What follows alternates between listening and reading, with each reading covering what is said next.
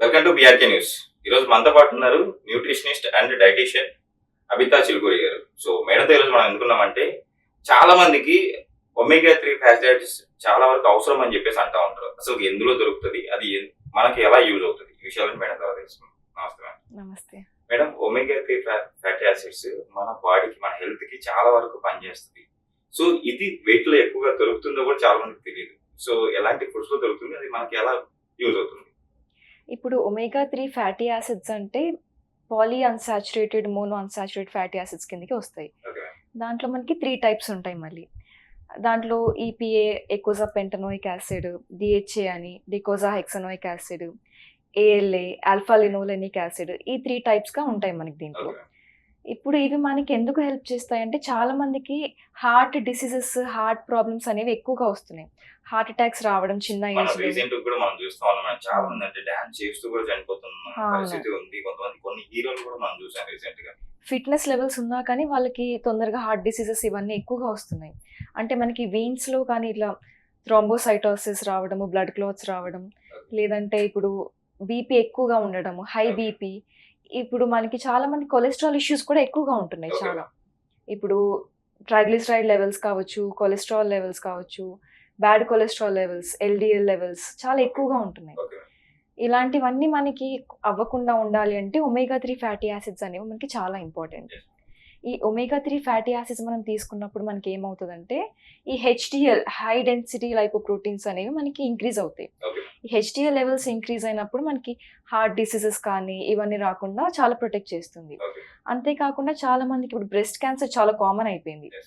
ఇది కూడా రాకుండా మనకి ప్రివెంట్ చేయాలి అంటే ఒమేగా 3 హెల్ప్ చేస్తుంది. ఓకే. ఇప్పుడు యంగ్ ఏజ్‌లో కూడా మనం చూసినట్టయితే చాలా మందికి వ్రింకిల్స్ రావడం కానీ, స్కిన్ డల్ అయిపోవడము, ఓకే. హెయిర్ షైన్ పోవడము, చాలా ఇవన్నీ ఇష్యూస్ వస్తున్నాయి. ఓకే. ఇవన్నీ కూడా మనకి ఒమేగా 3 ఫ్యాటీ యాసిడ్స్ తీసుకోవడం వల్ల హెల్ప్ చేస్తుంది. ఓకే. ఇవన్నీ అవ్వకుండా ఉంటుంది.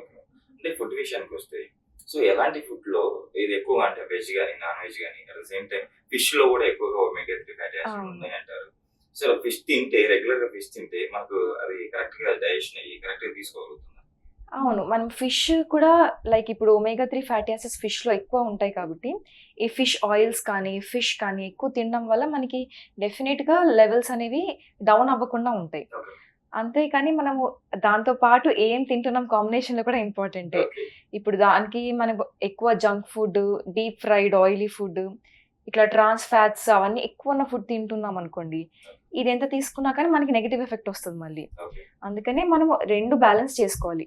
ఇవి ఫిష్ ఇవన్నీ తినుకుంటూ, ఈ processed food, high trans fats, ఎక్కువ డీప్ ఫ్రైడ్ ఈ ఫుడ్ అంతా అవాయిడ్ చేసుకుంటూ ఉంటే మనకి కొంచెం బ్యాలెన్స్ అవుతుంది. ఓకే. దానివల్ల లెవెల్స్ అనేవి ఇంక్రీజ్ అవుతాయి మనకి.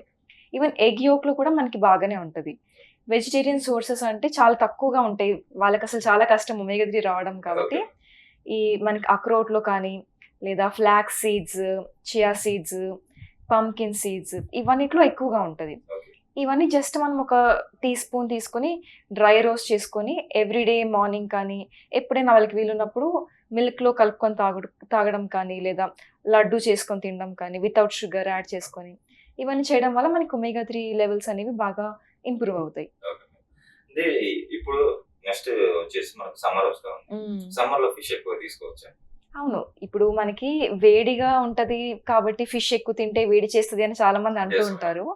కానీ ఇప్పుడు కొంతమందికి అట్లా అవుతుండొచ్చు. ఫిష్ సమ్మర్‌లో తింటే వేడి చేయడం అలాంటివన్నీ అవుతుండొచ్చు. అలాంటి వాళ్ళు ఏం చేయాలి అంటే దాంతో పాటు కొంచెం చలువ చేసేది అంటే బటర్ మిల్క్ కానీ, కర్డ్ కానీ ఇలాంటి చలువ చేసేవి తీసుకుంటే మనకి వేడి అవ్వకుండా ఉంటది. లేదా నిమ్మరసం తాగినా కానీ మనకి అవి నెగెటివ్ ఎఫెక్ట్ అనేది రాకుండా ఉంటది.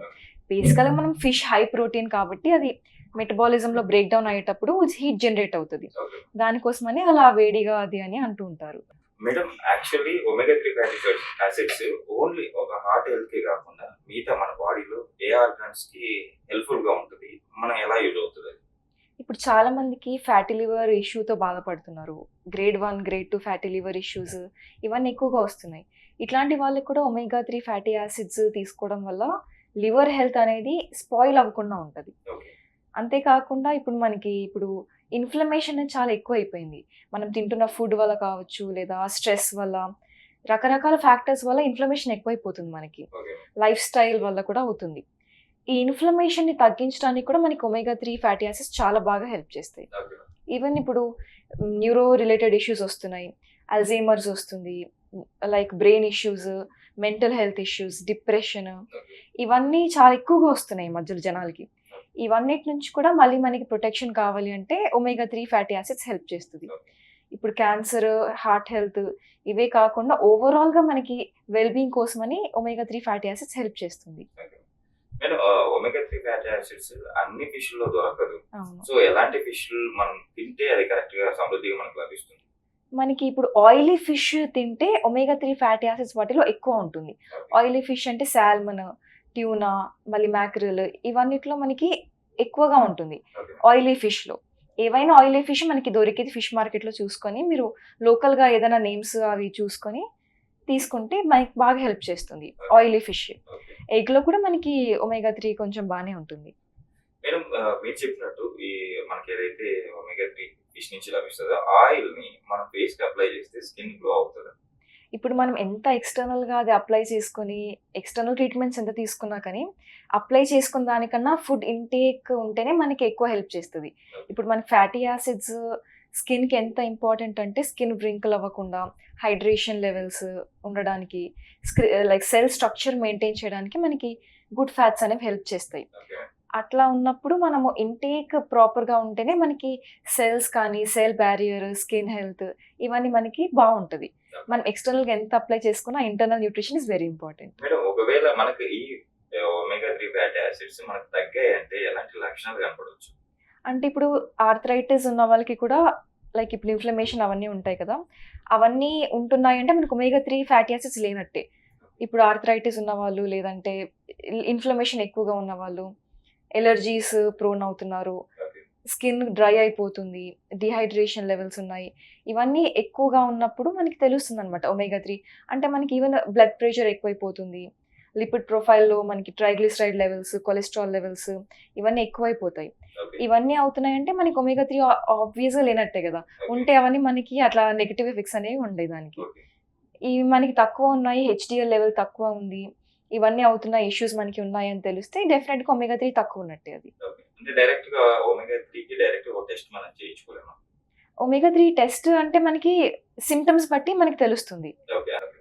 నిజంగా మేడం ఈరోజు మన ప్రేక్షకులకి ఒమేగా 3 ఫ్యాటీ యాసిడ్స్ గురించి చాలా చక్కగా వివరించారు. షూర్‌గా మీరు చెప్పినట్టు మన ప్రేక్షకులు కూడా ఫిష్ కొంచెం రెగ్యులర్‌గా తింటూ ఈ ప్రాబ్లమ్ నుంచి మనం బయటపడి ఆరోగ్యవంతులుగా ఉంటారని చెప్పి ఆశిస్తున్నాం మేడం. Thank you.